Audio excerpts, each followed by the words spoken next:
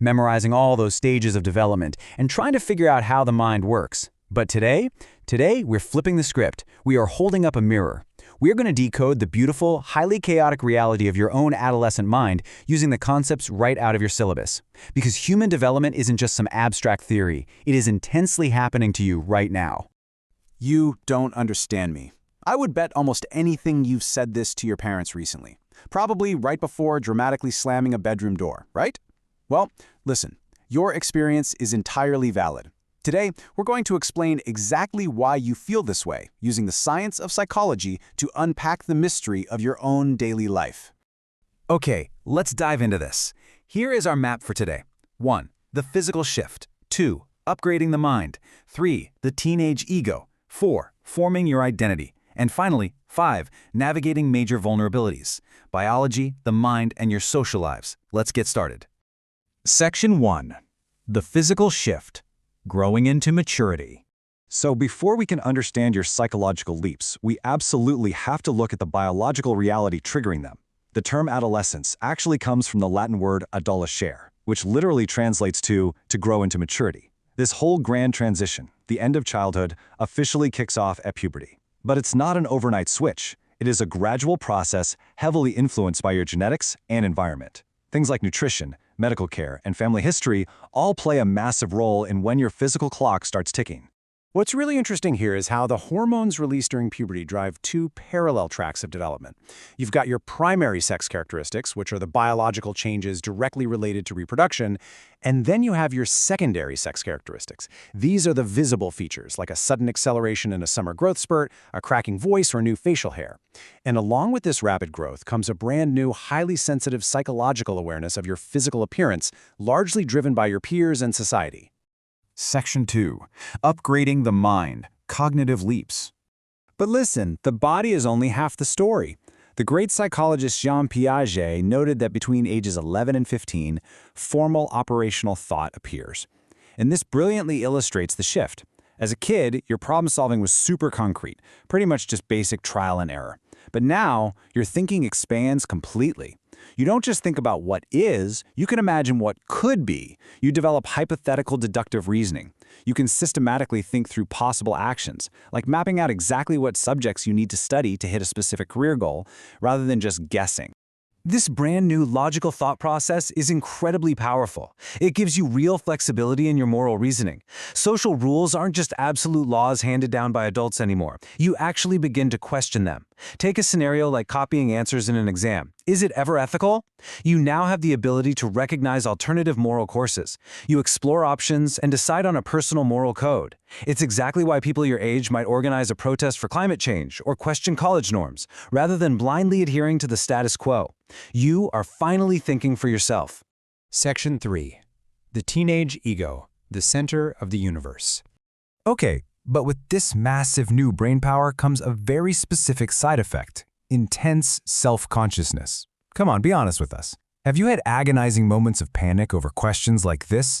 A tiny ink spot on your collar, or a sudden pimple on your forehead, and you are absolutely convinced that every single person in the hallway is staring directly at it. Why does this happen? Well, there's a psychological term for that. This is David Elkin's concept of adolescent egocentrism, specifically the imaginary audience. It is the exact reason you feel like you're constantly on a stage. You genuinely believe that others are just as preoccupied with your appearance and behavior as you are. You literally imagine an audience observing your every single move in the cafeteria, which is what makes this phase of life feel so incredibly high stakes. The second component of Elkin's theory is the personal fable. This is your profound sense of uniqueness. Actually, scratch that. It's more like a feeling that no one could possibly understand you. When a friend betrays you and you feel a hurt so deep you think no one in the history of the world could relate to your pain, that is the personal fable at work. It's the belief that your feelings are entirely unique to you. It's exactly why you might retreat into a diary, weave stories of fantasy, and ultimately why you yell, "You don't understand me," at your parents. Because according to your personal fable, they literally can't. Section 4. Forming your identity. Who are you? Let's move to and see how this builds into Erik Erikson's concepts. According to Erikson, your primary psychological task right now is establishing an identity that is completely separate from your parents. And achieving this requires an identity crisis. It's a really messy detachment process. One minute, you fiercely demand independence, complaining about being treated like a baby. The very next day, you might feel deeply insecure about a test and actively seek out the comfort of your parents. These wild fluctuations, they are completely 100% normal. And your identity isn't forming in a vacuum, you know? It's being shaped by a complex mix of these 5 key slices: your cultural background, family and societal values, ethnic background, and socioeconomic status. Also, notice that last piece, vocational commitment. Deciding on your stream, science, commerce, or humanities, is a massive part of figuring out who you are.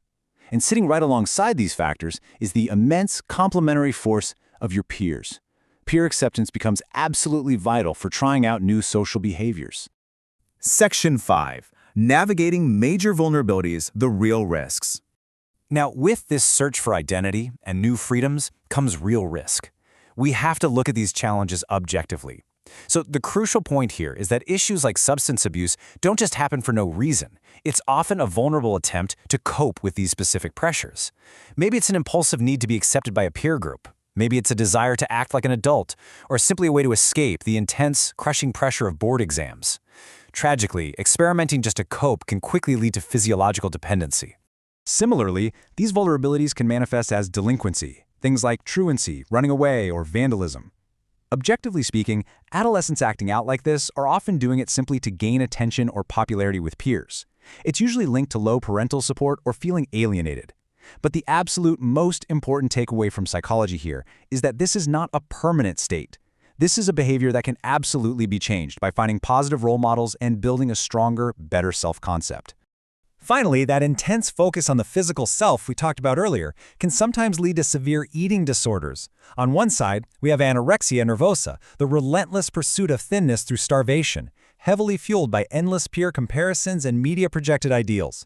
On the other side is bulimia, which involves a highly destructive binge and purge eating pattern. Both conditions stem from that powerful teenage ego becoming dangerously obsessed with the body and external validation. As we wrap up this explainer, I want to leave you with a challenge. You see, you are not just passive subjects in a psychology textbook. You are actively living through these physical shifts, the cognitive leaps, and the identity crises right now. So, armed with this brand new understanding of your own mind, I ask you, who are you, and what will your personal moral code be? How will you use this knowledge to navigate your vulnerabilities and shape the incredible adult you are about to become? Keep learning, keep questioning, and keep growing.